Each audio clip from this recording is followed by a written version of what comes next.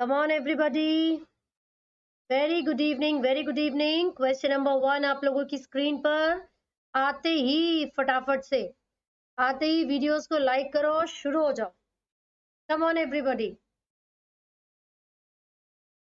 Come on. Very good evening Kanika, very good evening बच्चों। Options को फटाफट से देखिए। पहला क्वेश्चन आप लोगों से पूछा गया है, Indian botanical garden is situated at, बताइए फर्स्ट क्वेश्चन का करेक्ट आंसर क्या है।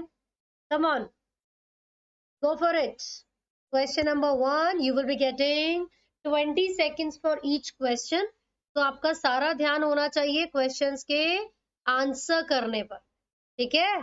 सो क्वेश्चन नंबर 1 का करेक्ट आंसर क्या है? Very good, Howrah, that is first.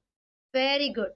Question number 2, in which of the following classification computer is used.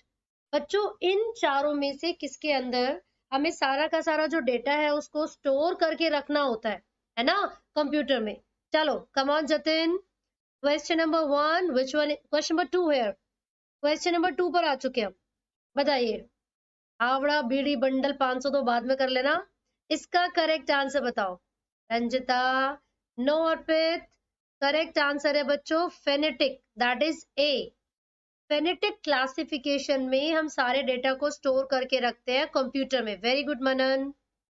Question number 3, that is 93, which of the following kingdom exhibit heterotrophic mode of nutrition। वो भी कौन सा? Heterotrophic में holozoic and saprophytic only. Come on everybody. Question number 93, एक बार अच्छे से options को पढ़िए और फिर बताइए सही उत्तर क्या है। मनन, क्वेश्चन में होलोजोइक भी लिखा हुआ है। होलोजोइक मोड ऑफ न्यूट्रिशन किसका होता है, मुझे ये बताओ। जब मैंने बायोलॉजिकल क्लासिफिकेशन करवाया था तो ये बताया था ना, holozoic mode of nutrition animalia का होता है। सो बच्चों करेक्ट आंसर होना चाहिए option D, that is animalia. किसी ने नहीं बोला ऑप्शन डी, बताओ जी, ऐसे कैसे काम चलेगा भाई। चलिए question number 94, true cell wall is present in slime mold. कौन सी ऐसी कंडीशन है जब स्लाइम मोल्ड में ट्रू सेल वॉल प्रेजेंट होगी। चलो ऑप्शंस को पढ़ो और मुझे बताओ विच वन इज करेक्ट। मैं क्यों कंफ्यूज करती भला। Come on. Question number 94, hello Ritu. Slime mold में अगर आपको याद हो, फेवरेबल कंडीशंस जब होती है तो ये स्लाइम मोल्ड रिप्रोड्यूस करेंगे, है ना। और उस दौरान क्या होगा बच्चों, उस दौरान क्या होगा, ये एक एग्रीगेट बनाते हैं जिसको कहा जाता है प्लाज्मोडियम, है ना। लेकिन अनफेवरेबल कंडीशन में अगर रिप्रोड्यूस करेंगे तो ट्रू सेल वॉल बनती है स्पोर्स में। Hello Yatin, good evening. इसका करेक्ट आंसर है option C, sorry B, when they are reproducing, ठीक है। चलिए क्वेश्चन नंबर 95 पे आ जाओ और इसका सही उत्तर बताओ मुझे। मुझे ऐसा क्यों लग रहा है मैं अटक गई हूँ, है ना, अटक गई हूँ ना मैं, ये गलत बात है।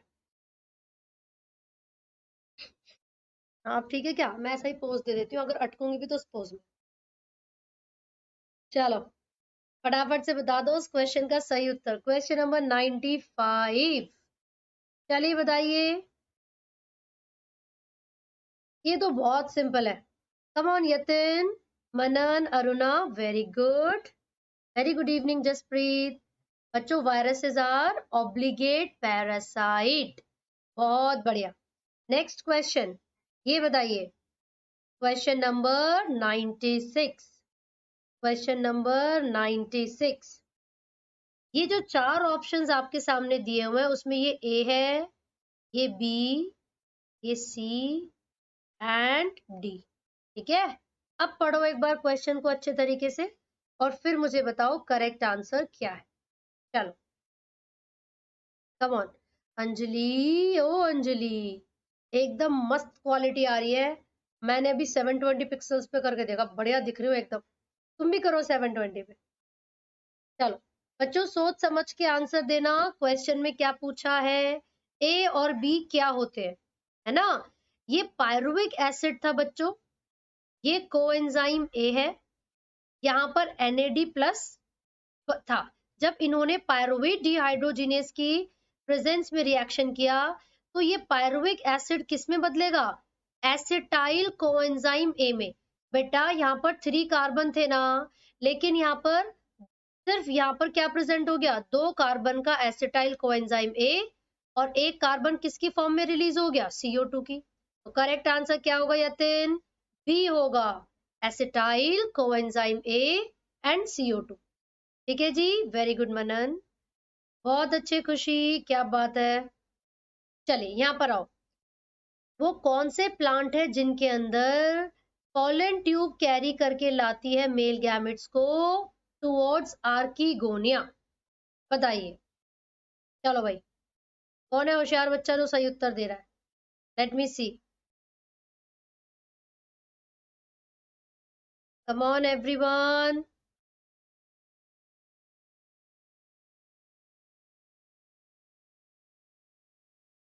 क्या बात है, क्या बात है, very good.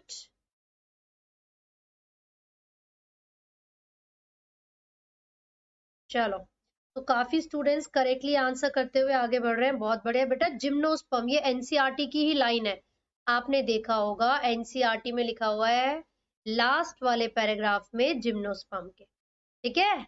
Next, male gametophyte with least number of cells is present in, male gametophyte जिसमें बहुत ही कम नंबर ऑफ सेल्स होते हैं, वो किसके अंदर प्रेजेंट है, चलो बताइए, come on everybody.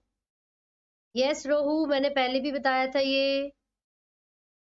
No Neeraj, give up क्यों करना है, जो गलत हो रहे हैं उसका आंसर आप मुझसे पूछो कि मैम ये कैसे हो गया, ठीक है, और नहीं समझ में आए तो मैं आपको समझाऊंगी, इसलिए चिंता ना करें, ठीक है जी। वेरी गुड मनन, सुशील, मिताली, जसप्रीत, यतिन, वेरी गुड बच्चों, क्या बात है गंगा, रोहन, बहुत बढ़िया। याद रखिएगा कि पाइनस के अंदर लीस्ट नंबर ऑफ सेल्स है, और जो साइकस होता है ना बच्चों, उसके गैमेट सबसे बड़े होते हैं, ठीक है, very good Shivangi. Next, main function of prop root is, आपको याद है स्टिल्ट रूट, प्रॉप रूट, जो कि रूट्स की मॉडिफिकेशंस है ना, इनका मेन फंक्शंस क्या है बच्चों, चलो बता दो। रोहू, वेरी गुड, बैनियन में, okay, come on everybody, come on, try your best, बहुत बढ़िया, सपोर्ट प्रोवाइड करने का काम, वेरी गुड, बहुत अच्छे पूजा। नेक्स्ट क्वेश्चन, अब आपको यहाँ पर ये कुछ पिक्चर्स दी हुई हैं और ABCD करके ये 4 ऑप्शंस दिए हैं, आपको मैच द फॉलोइंग करके सही उत्तर बताना है, ठीक है जी, बताइए बच्चों, चलो come on, take your time, सोचिए फिर बताइए।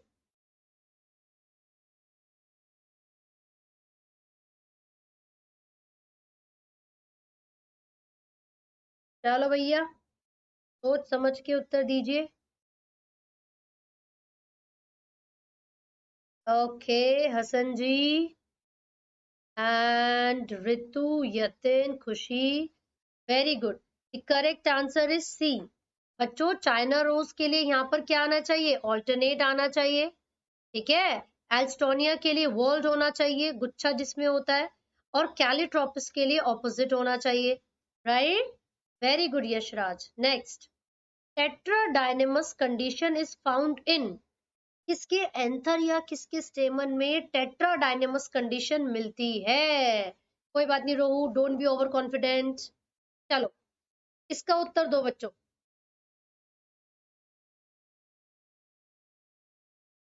वेरी गुड, ये हुई ना बात, कम ऑन एवरीबॉडी, सोच समझ के आंसर दीजिए। नो अभी गलत कर दिया अभिषेक,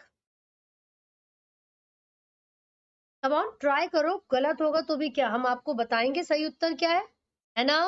एंड वीडियोस को साथ साथ लाइक करते चलो बच्चों, Come on, go and like the video first. And here the correct answer is A, that is कैप्सेला. बच्चों कैप्सेला के अंदर आपको टेट्राडाइनेमस कंडीशन मिलती है. ठीक है जी.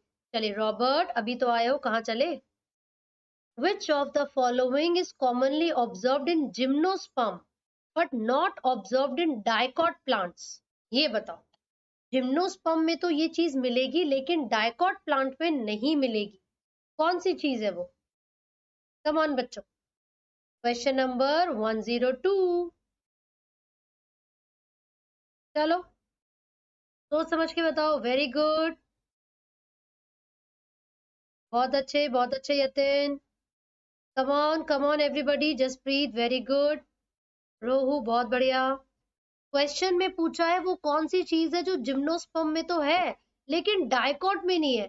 बच्चों वो सीव सेल्स होते हैं, है ना? सीव सेल्स होते हैं. आप लोगों ने इस पर ध्यान इसलिए नहीं दिया क्योंकि आपने सोचा कहीं ये सीव ट्यूब एलिमेंट्स की बात तो नहीं कर रहे. नो, जो सीव ट्यूब एलिमेंट्स होते हैं वो एंजियोस्पर्म्स में मिलते हैं लेकिन जो सीव सेल्स हैं वो जिम्नोस्पर्म में मिलेंगे. ठीक है, चलो. In dorsiventral leaf, what is true regarding the position of xylem? Dorsiventral leaf याद है आपको? डाइकॉट लीफ के बारे में बात हो रही है ना? तो बच्चों डाइकॉट लीफ में जाइलम के बारे में करेक्ट स्टेटमेंट बताइए. चलो. अरे गुड इवनिंग निधि जी. चलो बच्चों, क्वेश्चन नंबर 103. Come on. क्या सही उत्तर लग रहा है आपको? याद है ये अडैक्सियल सरफेस होगा और ये अबैक्सियल सरफेस होगा, है ना? और जो जाइलम की पोजीशन है, एनसीईआरटी का डायग्राम अगर जरा भी दिमाग में होगा ना आपके, तो यहाँ पर कुछ बंडल शीट से कवर्ड जाइलम और फ्लोएम प्रेजेंट होते हैं. हेलो स्नेहा, है ना? तो बच्चा ए नहीं होना चाहिए. मनन, क्या बात कर रहे हो? तुमसे ये उम्मीद नहीं थी. अब्बा मत करो. ए ही करेक्ट है. ठीक है, जो अडैक्सियल एपिडर्मिस है उधर की तरफ ही जाइलम प्रेजेंट होता है, इसीलिए करेक्ट आंसर होगा ए. ठीक है जी. चलो next question. Steroid hormones are synthesised in. ये तो बच्चे आंख बंद करके बता देंगे. हाँ रितु पहले सही बोला था. कम ऑन, कोई बात नहीं, अच्छे से पढ़ो. Rajvendra good evening. ये बताइए स्टीरॉइड हॉर्मोन्स को कौन बनाता है? कौन करेगा इसकी फॉर्मेशन? क्या बात है, काफी बच्चों को आता था. भैया जो लिपिड बनाता है, यानी कि स्मूथ एंडोप्लाज्मिक रेटिकुलम, है कि नहीं? चलिए बच्चों, केल्विन साइकिल डार्क रिएक्शन कहां पर होता है? साइट क्या है इसकी? बताओ. केल्विन साइकिल यानी कि डार्क रिएक्शन कहां पर होता है? साइट क्या है इसकी? चलो कम ऑन, सोच समझ के बताओ. अरे क्या बात है, सबका सही. Stroma, very good. Thylakoid is for light reaction, stroma is for dark reaction. बहुत अच्छे जहांगीर. चलिए, during cell division genetic material duplicates in. बच्चों जेनेटिक मटेरियल की डुप्लीकेशन कौन से फेज में होती है? चलो बताओ. कम ऑन, क्या बात है. रोहन, रोहू बहुत बढ़िया, बहुत बढ़िया. वेरी गुड बच्चों. एस फेज यानी कि synthesis. Very good Neelam. Next, 4 different steps that occur during meiosis are given in the list. आपको इन चारों को करेक्ट सीक्वेंस में अरेंज करना है. ठीक है, चलिए बच्चों ऑप्शंस को एक बार रीड करो और मुझे बताओ which one is correct. come on Rubina. Question number 107. एक बार ऑप्शंस को पढ़ो और सही उत्तर दे दो. चलो, इतने हम भी पढ़ लेते हैं.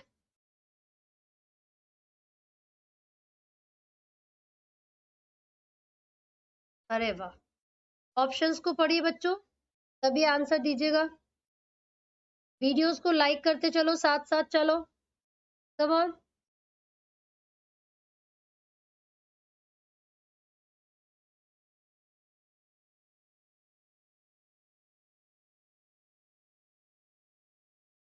Come on everybody, which one is correct? And here the correct answer is C, बच्चों। एक बार ऑप्शंस को पढ़ो तो पता चलेगा कौन सा करेक्ट है। देखो, सबसे पहले यहाँ पर पेयरिंग होती है होमोलोगस क्रोमोसोम की, फिर उनके बीच में क्रॉसिंग ओवर हो जाएगा नॉन सिस्टर क्रोमेटिड्स के बीच। उसके बाद ये सब इक्वेटर पर अलाइन करेंगे एंड देन जो सेंट्रोमेयर है वो स्प्लिट कर जाएगा और सिस्टर क्रोमेटिड्स की सेपरेशन होगी। ठीक है, चले, कौन सी स्टेटमेंट गलत है मियोसिस के बारे में? Which statement about meiosis is false? Options को पढ़ के बताओ कौन सी गलत है। Come on.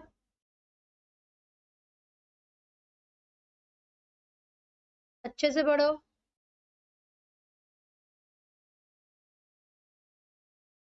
Come on everybody, options को पढ़ के बताओ which one is correct?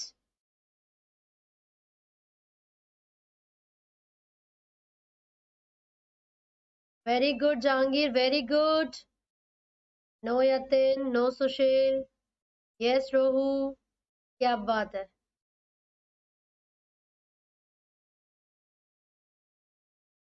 Come on, come on. The 4 cells produced by meiosis, none are genetically identical to the parent cells, but 2 are identical to each other. ये statement गलत है। ठीक है, ये स्टेटमेंट गलत है, तो करेक्ट आंसर होगा डी। ये बताइए, ये किसका फॉर्मूला है? इन चारों ऑप्शंस में से किसका फॉर्मूला आपको यहाँ पर गिवन है? कम ऑन, ऑप्शंस को अच्छे से देखो और फिर बताओ। कार्बन काउंट कर लो जरा एक बार, चलो। Come on everyone. Rubina, attitude, status. यहाँ पर बच्चों काफी बच्चे ए आंसर देते हैं पैल्मिटिक एसिड, लेकिन एनसीईआरटी में टोटल 16 क्रोमोसोम्स बताए हुए होंगे, है ना। यहाँ पर आपको अलग अलग स्ट्रक्चर में दिख रहा है, तो ये तो वो नहीं हो सकता। तो करेक्ट आंसर है B, that is stearic acid. It has complete, total count कर लोगे तो 18 हो जाएंगे। 16 कार्बन यहाँ पर है ना, इसको काउंट करोगे ये 17th होगा, और इसको काउंट करोगे तो ये 18th कार्बन होगा। ठीक है, दैट इज स्टेरिक एसिड। अब याद रखना, बेशक यहाँ पर आपके आंसर्स गलत हो रहे हैं, बट एग्जाम्स में गलत नहीं होने चाहिए, है ना। जब एग्जामिनेशन हॉल में बैठोगे तब गड़बड़ मत करना। चलो उसका उत्तर दो मुझे, जूम कर देती हूँ थोड़ा और। एक डीएनए है जिसके पास 5.6 किलो बेस पेयर्स है। अगर साइटोसिन का नंबर आपको 1000 दिया हुआ है, तो थाइमीन का नंबर कितना होगा उस मॉलिक्यूल में? बताइए बच्चों, चलो।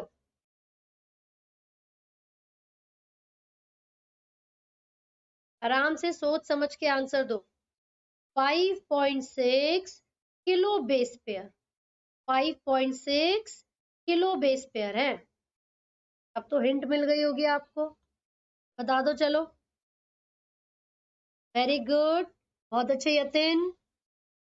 और किसी ने सही उत्तर नहीं दिया अभी तक, यतिन के अलावा। रोहू ने बताया है, वेरी गुड, पक्का कह रहा है रोहू। तो रोहू की बात मानते हुए हमने टिक कर दिया है ऑप्शन डी पर।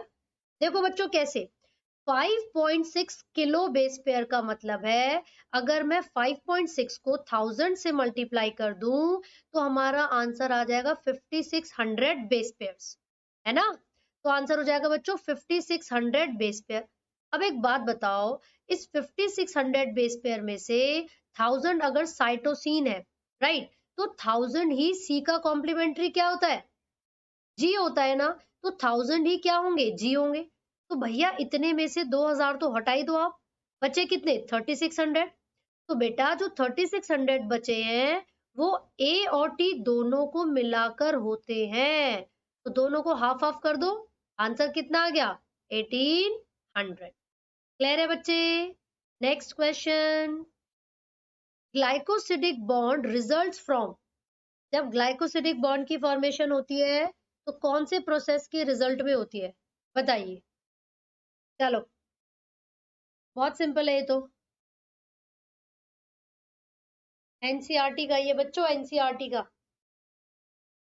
वेरी गुड देव, वेरी गुड, बहुत अच्छे बहुत अच्छे, वेरी गुड बच्चों। Come on rohu, very good Yatin, Rohan, बहुत बढ़िया। हाइड्रोलाइसिस रिएक्शन बच्चों, बहुत अच्छे सुशील। जब हाइड्रोलाइसिस होती है यानी कि वाटर का रिमूवल होता है, तो उसी के रिजल्ट में दो मोनोसेकेराइड यानी कि दो शुगर के बीच में ग्लाइकोसिडिक बॉन्ड बनेगा।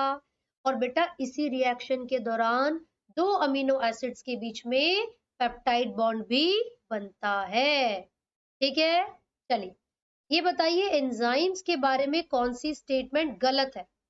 कम on everybody, hurry up. Enzymes के बारे में कौन सी स्टेटमेंट गलत है?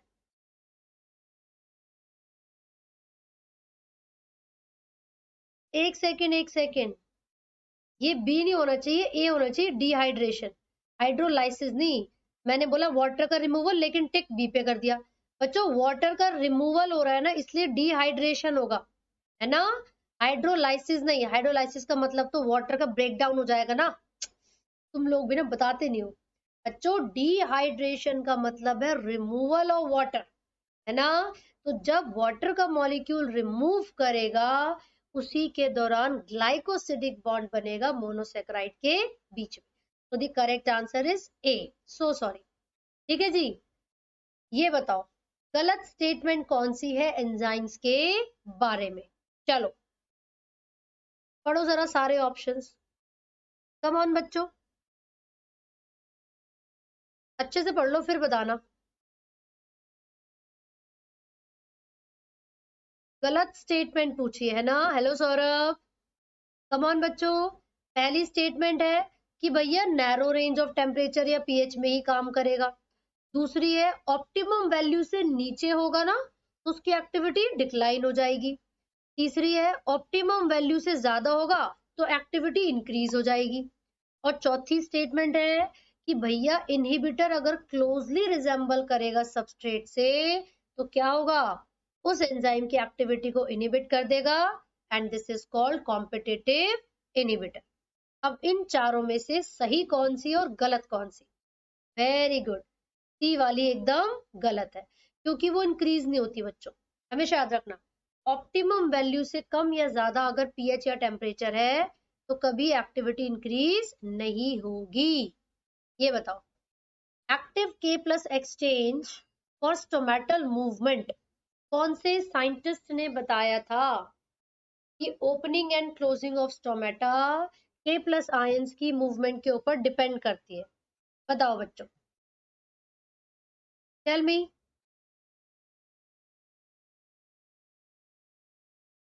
सोच समझ के आंसर देना, आता है तो ठीक है, नहीं तो कोई बात नहीं।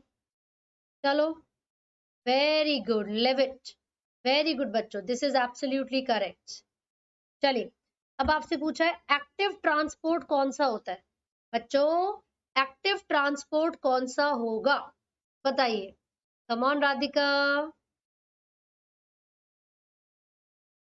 एक्टिव ट्रांसपोर्ट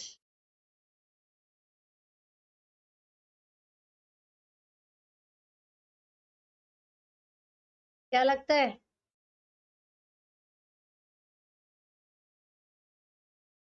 वेरी गुड, सारी स्टेटमेंट्स करेक्ट हैं तो all of these, very good. Next पढ़िए, लीफ पिगमेंट्स को सेपरेट करने के लिए कौन सी टेक्निक का यूज किया जाता है?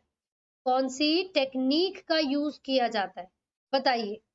Come on everybody, leaf pigments को, कलर को, यतिन केमिकल्स की सेपरेशन कर रहे हैं, कलर्स को सेपरेट कर रहे हैं, कौन सी टेक्निक यूज करेंगे? गंगा, कम ऑन, सोचो पहले, किसकी बात हो रही है बच्चों? क्रोमैटोग्राफी, कलर की, है ना, क्लोरोफिल पिगमेंट है वो, कलर्ड पिगमेंट ही तो है, तो करेक्ट आंसर होगा ए, क्रोमैटोग्राफी। चले क्वेश्चन पूछा है कितने NADPH मॉलिक्यूल की जरूरत है 1 सुक्रोज की फॉर्मेशन के लिए? एक केल्विन साइकिल में अगर एक सुक्रोज की फॉर्मेशन करनी हो तो बच्चों कितने NADPH की जरूरत पड़ेगी? बताइए। चलो भाई, केल्विन साइकिल तो सब बच्चों को याद होगा, केल्विन साइकिल, है ना? बता दो। Come on dear students.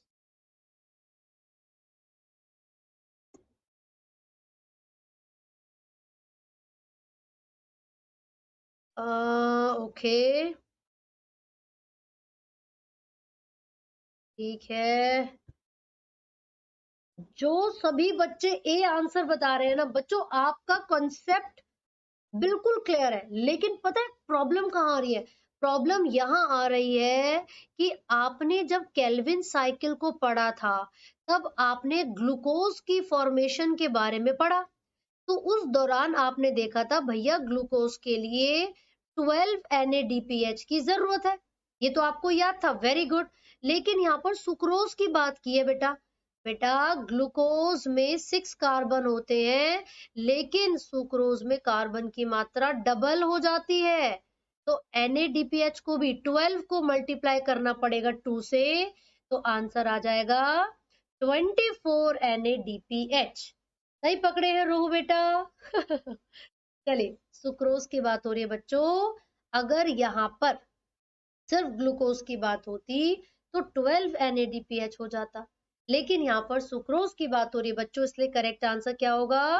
24। ठीक है यतिन, साथ साथ पढ़ते चलो, जो डाउट्स होंगे मुझसे पूछ लेना बच्चों, है ना? अगले प्रश्न पर आइए। एक्सोकाइनेज क्या करता है? वेलकम राधिका। ये बताओ, एक्सोकाइनेज जो एंजाइम है बच्चों, इसका क्या काम है? चलो खुशी बता दो। आराम से सोचो।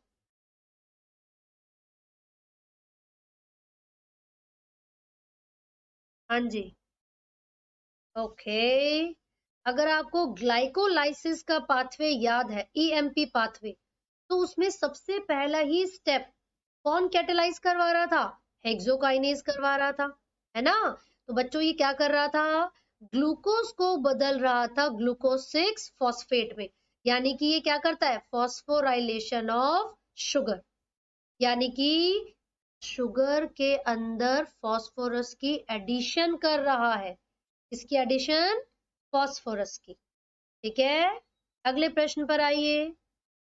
आपको A से D तक चारों स्टेटमेंट्स को पढ़ना है और फिर बताना है इनमें से कौन सा स्टेटमेंट करेक्ट है। ठीक है जी, पढ़ लो एक बार। चलो,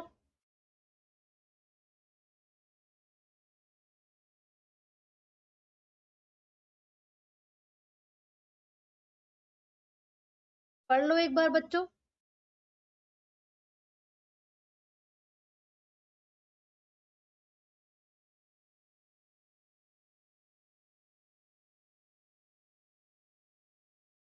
हाँ जी, क्या लगता है? एक बार मैं ही पढ़ लेती हूँ और ऑप्शंस को, स्टेटमेंट्स को। लिखा हुआ है, enzymes for the glycolysis are present in cytoplasm। ठीक है, क्या ये बात सही लग रही है एकदम? या लग तो सही रही है बिल्कुल, है ना? कि जो एंजाइम्स होते हैं ग्लाइकोलाइसिस के, वो प्रेजेंट होते हैं साइटोप्लाज्म में, बिल्कुल सही बात है। ठीक है, enzymes for the anaerobic respiration are present in the cytoplasm, ये भी सही बात है। एनएरोबिक ग्लाइकोलाइसिस तो था, है ना? ऑक्सीजन की एब्सेंस में हो रहा था ना, बिल्कुल सही लग रहा है हमें तो ये वाला, है ना? आगे देखो, enzymes for the lactic acid fermentation are present in the cytoplasm of plant cell। गलत हो गया, मसल सेल लिखा होता तब भी सही हो जाती है बात। ठीक है जी, फिर लिखा हुआ है, enzymes for the alcoholic fermentation are present in cytoplasm of animal cell। हमारे अंदर तो अल्कोहल नहीं बन रही थी, यीस्ट के अंदर बन रही थी, तो सीओडी तो दोनों गलत हो गई, ए वाली करेक्ट है। तो बेटा आंसर क्या होना चाहिए था? आंसर बी होना चाहिए था, क्योंकि यहाँ पर तो ये भी सही थी, इनको गलत बता रखा है, तो ये कैसे सही हो सकता है बच्चों, ये बताओ, है कि नहीं? चलिए नेक्स्ट क्वेश्चन पर आइए। यूका इज पॉलिनेटेड बाय, जो यूका प्लांट है इसमें पॉलिनेशन किसके थ्रू होती है बच्चों? यूका प्लांट में जो पॉलिनेशन है वो किसके थ्रू होती है? चलो, ये गलत नहीं बताना वरना पिट जाओगे तुम, मैं बता रही हूँ सही में। किस किस का एग्जाम्पल पढ़ा है एनसीईआरटी में? यूका प्लांट को किसके साथ जोड़ा जाता है? हैं? यूका प्लांट को किसके साथ जोड़ा जाता है बच्चों? मॉथ के साथ। तो मॉथ क्या है? इंसेक्ट है ना? तो क्या आंसर होना चाहिए? ए, दैट इज इंसेक्ट। चलो वेरी गुड। Next, plants. कौन से प्लांट्स की बात हो रही है? कुछ प्लांट्स जिनके अंदर flowering occurs more than once, what would you will call the inter flowering period? ठीक है बच्चों, ऐसे प्लांट्स जिनके अंदर फ्लावरिंग एक बार से ज्यादा होती है, आप क्या बोलोगे उनके फ्लावरिंग के बीच का जो टाइम पीरियड है उसको? फ्लावरिंग करने से पहले वो क्या कर रहे हैं? तैयारी कर रहे हैं, है ना? मैच्योर हो रहे हैं, दैट फेज इज कॉल्ड बच्चों मैच्योर फेज। इसको बी मैच्योर बोलेंगे। ठीक है, नेक्स्ट, एंजियोस्पर्म्स के अंदर both the male and female gametes are non motile. अरे भैया, जब एंजियोस्पर्म में दोनों गैमेट्स नॉन मोटाइल हैं, तो भैया यहाँ पर फर्टिलाइजेशन होती कैसे है? एंजियोस्पर्म के बारे में सोच लो, आम सेब केला पपीता इन सब के बारे में सोच लो। सरसों के खेत है, वहां पर क्या हो रहा है ना? किस तरीके से उनके अंदर फर्टिलाइजेशन हो पाएगी? क्या बात है शालू, अमित बहुत अच्छे, अतुल भी वही कहना चाहता था, वो गलती से मिस्टेक कर दी उसने, है ना जी? चलो very good Ganga, very good. Pollination से, वेरी गुड बच्चों, वेरी गुड, बहुत बढ़िया। Next, the phenomena in which embryo is directly developed from any cell of embryo sac other than egg is called। बताइए, एग के अलावा अगर किसी प्रोसेस से, मतलब किसी भी सेल से, एग के अलावा, है ना, लिखा ना अदर देन एग, अगर एग के अलावा किसी दूसरे सेल से कोई भी एम्ब्रियो सैक बन जाए या एम्ब्रियो बन जाए, उसको क्या बोलेंगे? कम ऑन, चलो सोच समझ के बताओ।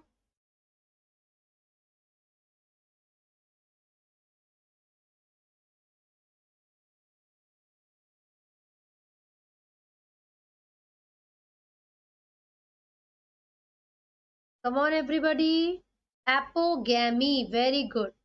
आप लोग ना जो डी सेलेक्ट कर रहे हैं, आपने क्वेश्चन पढ़ा ही नहीं अच्छे से, आपने क्वेश्चन ही नहीं पढ़ा बच्चों। क्या मैंने यहाँ पर ये कहा था कि फीमेल गैमिट बिना फर्टिलाइजेशन किए न्यू ऑर्गेनिज्म में बदल रहा है? ऐसे तो मैंने नहीं बोला, बल्कि मैंने उल्टा बोला है। मैंने ये बोला कि एम्ब्रियो सैक के या एग के अलावा, एग का सेल तो डिवाइड कर ही नहीं रहा, उसके अलावा कोई दूसरा जो पार्ट है वो डिवाइड कर रहा है। ठीक है, तो इसीलिए यहाँ पर जब भी क्या होगा, अदर देन एग, कोई भी सेल एम्ब्रियो में डेवलप करेगा, तो उसको बोलेंगे apogamy. This is called apogamy. ठीक है गंगा जी, चलो अब पता चला सुशील, एपोगैमी का मतलब है एग के अलावा, मान लो न्यूसिलस का सेल, न्यूसिलस का सेल अगर डिवाइड करके एम्ब्रियो में बदल जाए, तो उस प्रोसेस को एपोगैमी बोलेंगे। Very good evening Tahir. चलो अगले प्रश्न पर आ जाओ। मान लो एक ड्वार्फ वैरायटी है पी प्लांट की, आपने उसके अंदर जिब्रेलिक एसिड डाला। ठीक है, आपने उसके अंदर क्या डाला बच्चों? Gibberellic acid. It grows as tall as the tall pea plant, वो बहुत बड़ा हो गया, बिल्कुल टॉल पी प्लांट जितना, राइट? अगर आप उसको सेल्फिंग करवाते हो, आपस में क्रॉस करवाते हो, तो क्या आंसर आएगा मंथन? वेरी गुड इवनिंग, चलो मुझे बताओ, what should be the correct answer? सुना है ना, इंजेक्शन लगा के बड़ा कर देते हैं प्लांट्स को, पौधों को, फ्रूट्स को, तो बिल्कुल वैसे ही आजकल फ्रूट्स अच्छे कहाँ आते हैं, वो इंजेक्शन वाले ही आते हैं सारे के सारे। ठीक है, तो अगर किसी ड्वार्फ पी प्लांट की वैरायटी में आपने जिब्रेलिक एसिड डाला और उसका साइज टॉल पी प्लांट जितना हो गया, तो सेल्फिंग करवाने पर क्या होगा?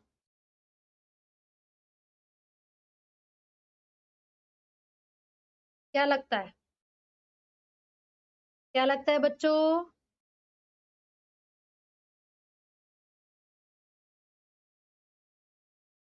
राहुल 11th की एनसीईआरटी में है ना चैप्टर 15 में जिब्रिलिक एसिड। बच्चों करेक्ट आंसर होगा ऑल ड्वार्फ। किसी ने, रोहू और देव के अलावा किसने करेक्ट आंसर नहीं दिया? पता है क्यों? आप लोग समझे ही नहीं। मैंने ये बोला कि वो प्लांट तो छोटा ही है, वो प्लांट तो ड्वार्फ ही है बच्चों, है ना, वो पौधा ड्वार्फ है, लेकिन मैंने उसके अंदर छिड़क दिया कोई केमिकल, मान लो जिब्रिलिक एसिड मैंने छिड़क दिया, तो जिब्रिलिक एसिड से उसकी हाइट तो बढ़ गई, ग्रोथ हो गई उसकी, है ना, लेकिन जीन्स में थोड़ी ना कोई चेंज आएगा, ये बता दो मुझे। क्या जेनेटिक कंपोजिशन भी बदल जाएगा क्या? ये बताओ। नहीं बदलेगा ना, तो रहेगा तो वो स्मॉल टी ही। तो जब सेल्फिंग करवाओगे बच्चों, क्या होगा फिर? बच्चे भी ड्वार्फ ही आएंगे, इसलिए करेक्ट आंसर ए है। जशान, चलो क्वेश्चन नंबर सत श्री अकाल 124 पे आ जाओ। चलो भाई, मॉर्गन का जो एक्सपेरिमेंट था जिसमें उसने बॉडी कलर और आई कलर को आपस में रिकॉम्बिनेशन करवाया, कितने प्रतिशत आया था रिकॉम्बिनेशन? कितने प्रतिशत आया था बताओ? कोई बात नहीं राहुल, चलो भाई इसका उत्तर बता दो।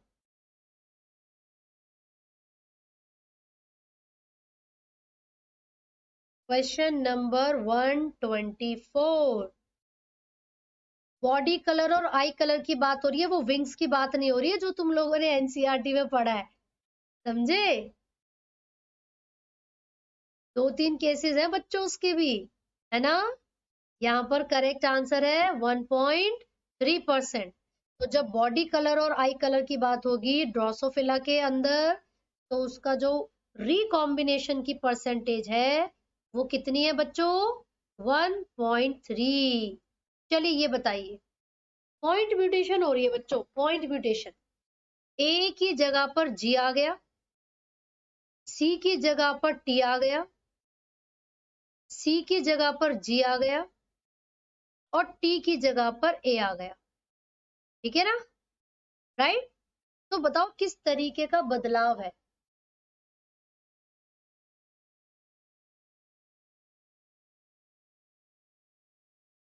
कम ऑन बच्चों, किस तरीके की म्यूटेशन आई है बताइए। चलो,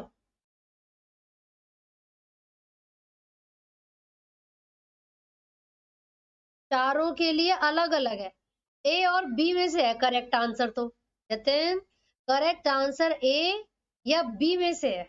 चलो अब बताओ Jashan, Ranjita, correct answer A या बी में से एक है, और वो रोहू ने बता दिया है बी। ध्यान से सुनिएगा, ध्यान से सुनो। सबसे पहली बात बच्चों, जो नाइट्रोजन बेसिस होते हैं ना, nitrogen bases are of two types, एक होता है प्यूरीन और दूसरा होता है पायरिमिडीन। एक होता है प्यूरीन और दूसरा क्या होता है बच्चों? Pyrimidine, right. प्यूरीन के अंदर आते हैं ए जी, तो पायरिमिडीन में क्या आएंगे? ओ जी? नहीं, उसमें आएंगे cut, C U T, cut.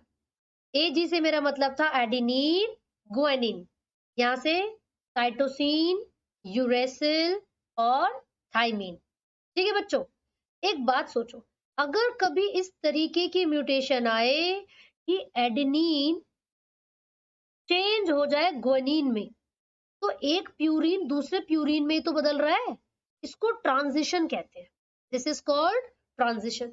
या ऐसी म्यूटेशन आए बच्चों, एक पायरिमिडीन दूसरे पायरिमिडीन में बदल जाए, एक पायरिमिडीन दूसरे पायरिमिडीन में बदल जाए, तो भी वो ट्रांजिशन रहेगा, तो भी वो क्या रहेगा?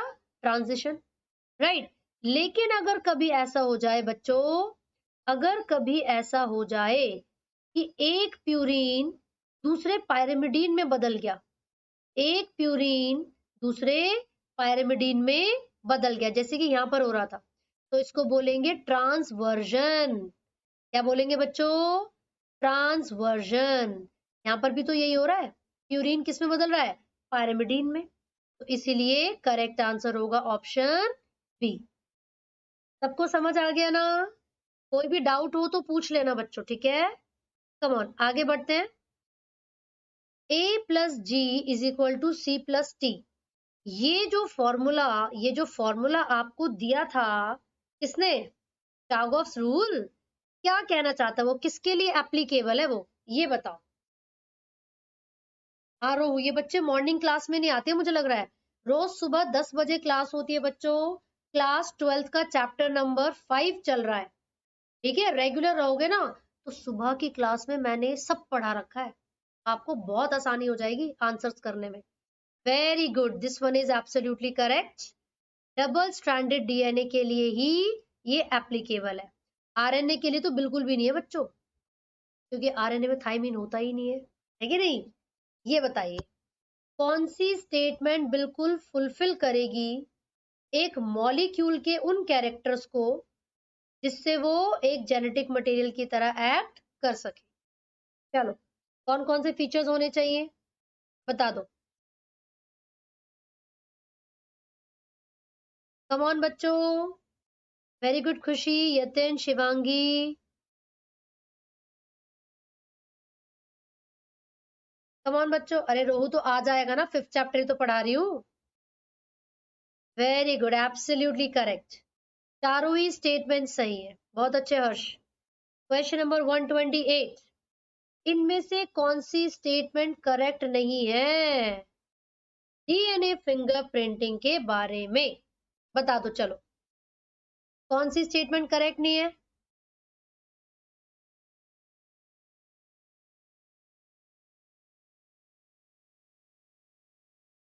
एंड करेक्ट आंसर क्या है बच्चों?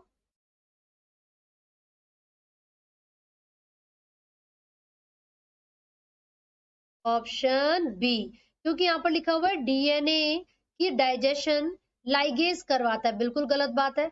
लाइगेज का काम होता है लिंकिंग, जोड़ना। डाइजेशन रेस्ट्रिक्शन एंजाइम करवाते हैं, आई मीन एंडोन्यूक्लिएज। ये बताइए, Pusa Swarnim variety of brassica is resistant to, बच्चों किससे रेजिस्टेंट है पूसा स्वर्णिम वेराइटी? चलो बताओ, फटाफट से बता दो। Come on everybody, hurry up.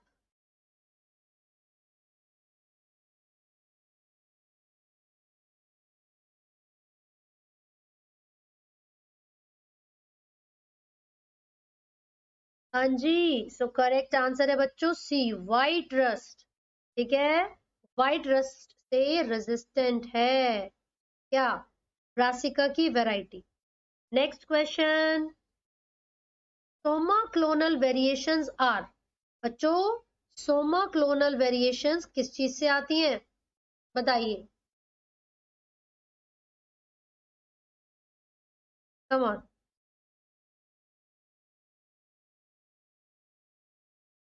germinal variations, variations of genetically modified plants, variations during tissue culture, variations due to radiations। तो करेक्ट आंसर होगा सी, टिश्यू कल्चर के दौरान जो वेरिएशंस आएंगी वो सोमा क्लोनल वेरिएशन है, क्योंकि बच्चा इसमें किसी सेक्स सेल की कोई इन्वॉल्वमेंट नहीं है। ठीक है ना, इसमें क्या था, सोमैटिक सेल से या प्लांट के किसी पार्ट से न्यू टिश्यूज को, प्लांट्स को बनाते हैं। चलो भाई, अगला प्रश्न, ये वैरायटी का नाम है अनूप, ब्रासिका मतलब सरसों की एक वैरायटी का नाम है। क्वेश्चन नंबर 31, बच्चों पीसीआर पॉलीमरेज चेन रिएक्शन में किसकी जरूरत होती है बताइए। कम ऑन, सोच समझ के बताओ।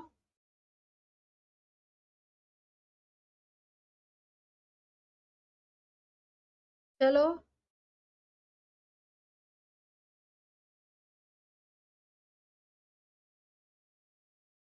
जल्दी बताइए।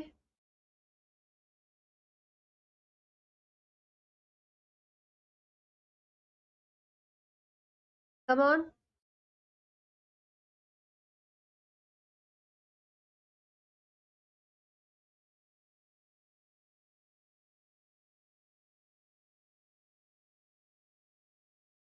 कुछ ही बच्चे सही उत्तर दे रहे हैं, सबने डी बोला है। महक, how could it be D, मुझे ही बताओ। नहीं मतलब डी कैसे हो गया, सब बच्चों ने डी बोला है। एक बात बताओ, ये प्राइमेज का इस्तेमाल कब होता है, प्राइमर्स होता है वो बच्चों, that is primer not primase. है, और डीएनए लाइगेज का यूज कब कर ले, तो बात की बात है। करेक्ट आंसर होगा ए, यानी कि थर्मोस्टेबल डीएनए पॉलीमरेज। समझे? बताओ क्या बात करते हो तुम लोग। नेक्स्ट क्वेश्चन, करेक्टली मैच्ड कौन सा इनमें से, सारे ऑप्शंस को पढ़ के बताओ। चलो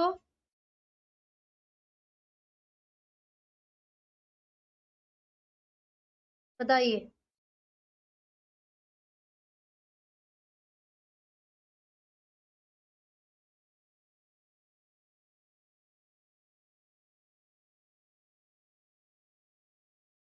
बहुत अच्छे, very good very good. And the correct answer is a. बहुत अच्छे यतिन, अनूप, विनय, वेरी गुड। जसप्रीत, शुभम, बहुत बढ़िया बच्चों, बिल्कुल सही जा रहे हैं आप लोग। रोज सुबह 10 बजे क्लास अटेंड किया करो। चैप्टर नंबर 5 चल रहा है 12th क्लास का। रोज क्लास होती है बच्चों सुबह 10 बजे, और आज से तो आपको पता ही है 8 से 9 शाम को ये क्लासेस भी चलेगी। ठीक है जी, कम ऑन, इस क्वेश्चन का करेक्ट आंसर बताओ। बायोगैस इज, क्या है बच्चों बायोगैस? कंपोजिशन बताना है आपको।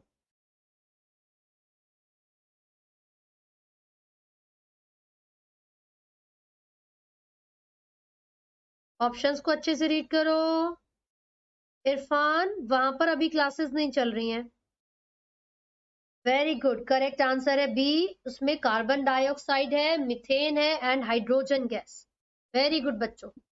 Next, which plant breeding step is crucial to the success of the breeding objective and requires careful scientific evaluation of the progeny?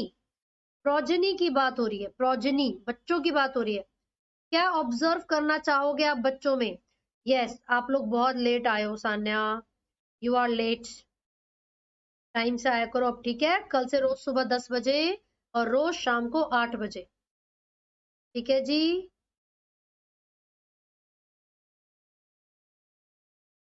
And क्या करेक्ट आंसर है इसका? कम ऑन, ट्राई करो। वेरी गुड, करेक्ट आंसर है A, selection and testing of superior recombinant.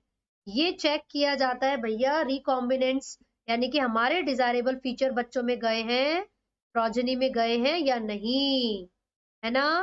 ये बताइए, which organisms use RNA interference as a method of cellular defense? बताओ।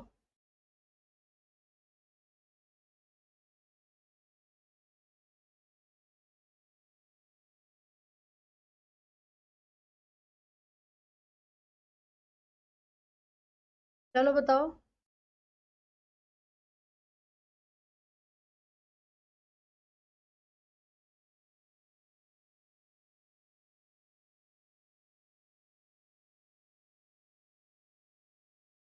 कम on everybody.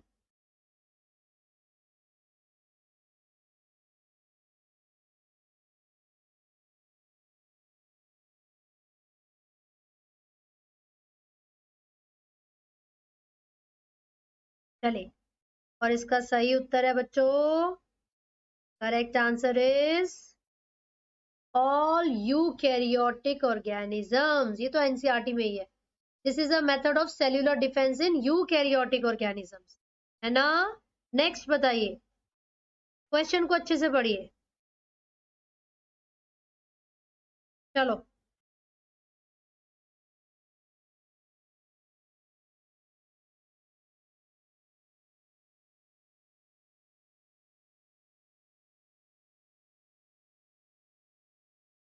Take your time. True statements कौन कौन सी हैं वो आपसे पूछी गई हैं, बता दो चलो।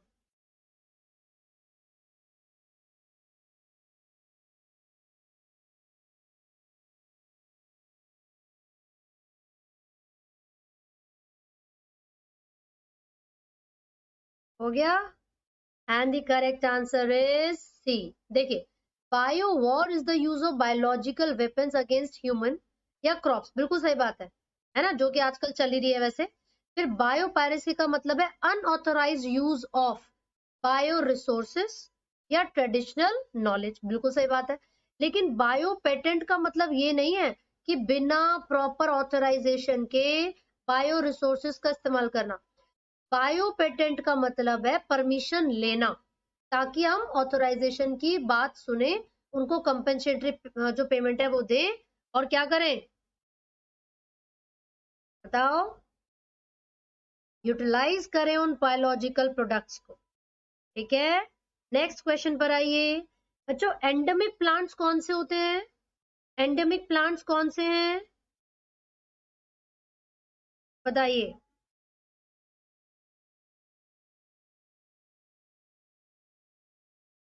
चलो, वेरी गुड यतिन, अनवीर, राहुल, बहुत अच्छे। महक, आज से ही शुरू की है मैंने ये टेस्ट सीरीज, और आज से रोज हुआ करेगी, मंडे टू सैटरडे 8 बजे से 9 बजे, 8 PM टू 9 PM। रोज समय पर आइए आप सभी बच्चे। क्वेश्चन नंबर 138, बताइए गलत स्टेटमेंट कौन सा है? इनकरेक्ट स्टेटमेंट इनमें से कौन सी है? ABCD, चारों ऑप्शंस आपके सामने हैं।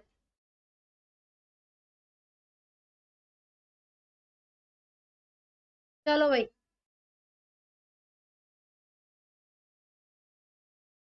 come on, 12 more questions.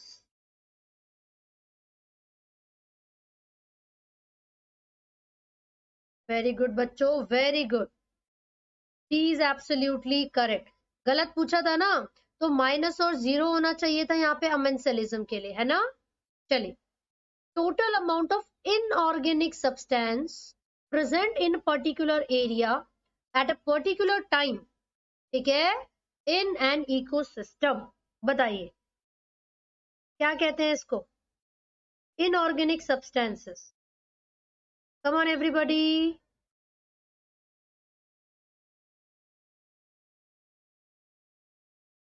चलो।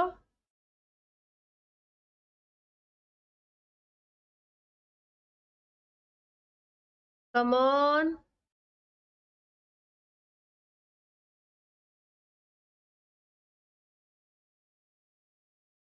चलिए, कुछ ही बच्चों को पता था, and the correct answer is standing state. ठीक है, इसका मतलब है इनऑर्गेनिक सब्सटेंसेस। स्टैंडिंग क्रॉप का मतलब होता है बायोमास, किसी भी एक ट्रॉपिक लेवल पर कितना बायोमास अवेलेबल है, वो स्टैंडिंग क्रॉप है, राइट, ये याद रखना आप लोग। Next, given below is a simplified model of phosphorus cycling in a terrestrial ecosystem. आपको ये ABCD बताना है, वो क्या है? एक बार अच्छे से ऑप्शंस को देखिए और फिर बताइए क्या करेक्ट आंसर होगा। चलो भाई,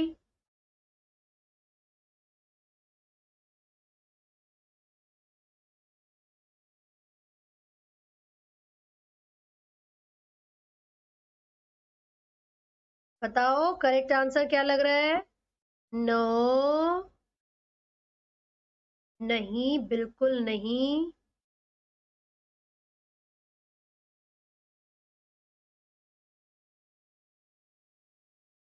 करेक्ट आंसर है A।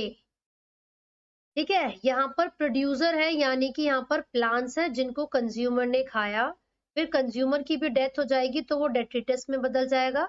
जब उसका डीकम्पोजिशन होगा तो सॉइल के अंदर क्या हो जाएगा? सारा का सारा चला जाएगा, है ना।